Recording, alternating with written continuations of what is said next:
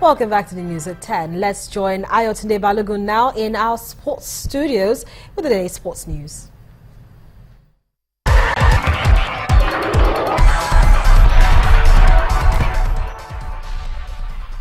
Yes, indeed. We're starting up with tennis, and Swiss tennis star Stanislas Wawrinka claimed the second ATP title of the year with a 6-4, 7-6 victory over the unseeded Marcus Baghdatis at the Dubai Championships. A match low on quality with 79 unforced errors came alive in the second set, culminating in an epic tiebreak that Wawrinka clinched after a string of missed opportunities for Baghdatis. The Cypriot was chasing the first ATP title since 2010, but then it proved to be beyond him, as Wawrinka's superior consistency was just enough to suppress his opponent.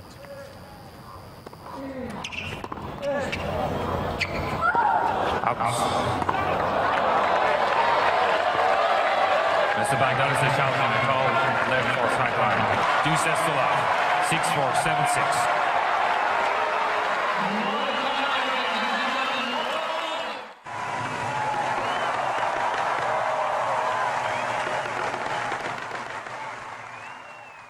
In football, Aqua United has crashed out of the CAF Confederation Cup in the preliminary round after losing to Vita Club Mokanda 5-6 on penalties. The Promise Keepers had a slim 1-0 advantage from the first leg in Pointe-Noire, but they allowed it slip away.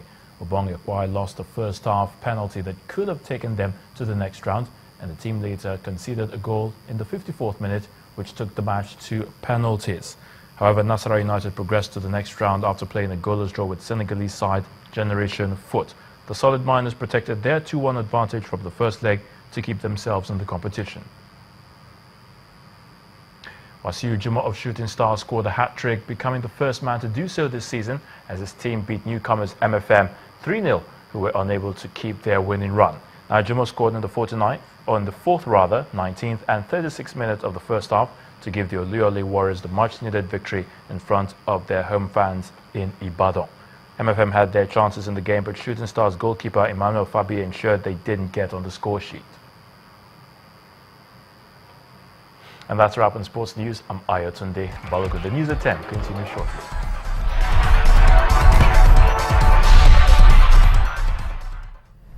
For the first time in 5 years, there's been a cessation of hostilities in Syria.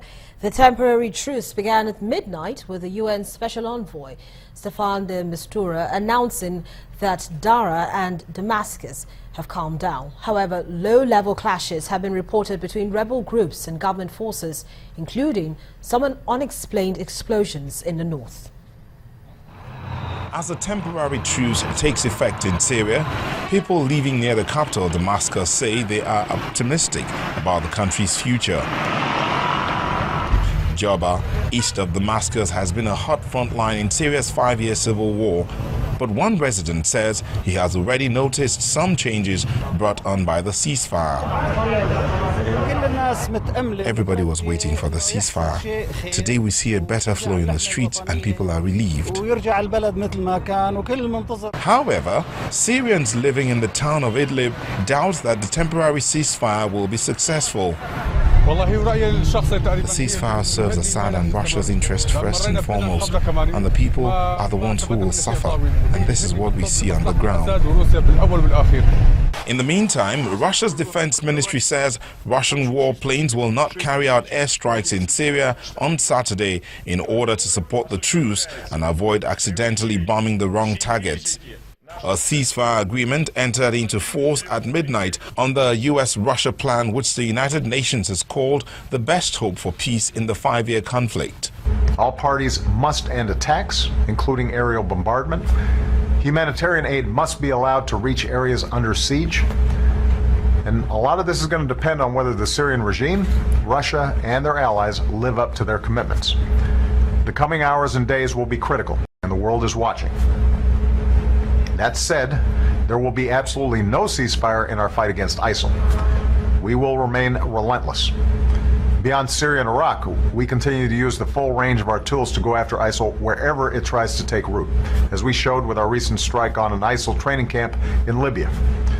With partners around the world, we'll continue discrediting the ideology that ISIL uses to radicalize and recruit and inspire people to violence, especially online.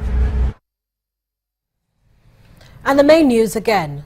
Some communities in Agatu local government area in Benue State today cried out for help over continued attacks by suspected Fulani herdsmen and demanded the enforcement of the peace agreement recently signed between Benue and Nasarawa State.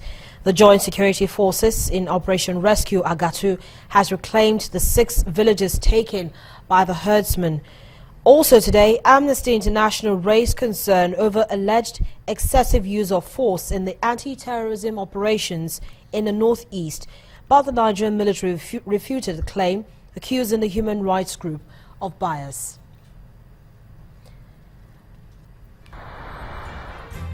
And that's it on the news at 10 for tonight. Many thanks for staying with us. I'm Harriet Agbeni.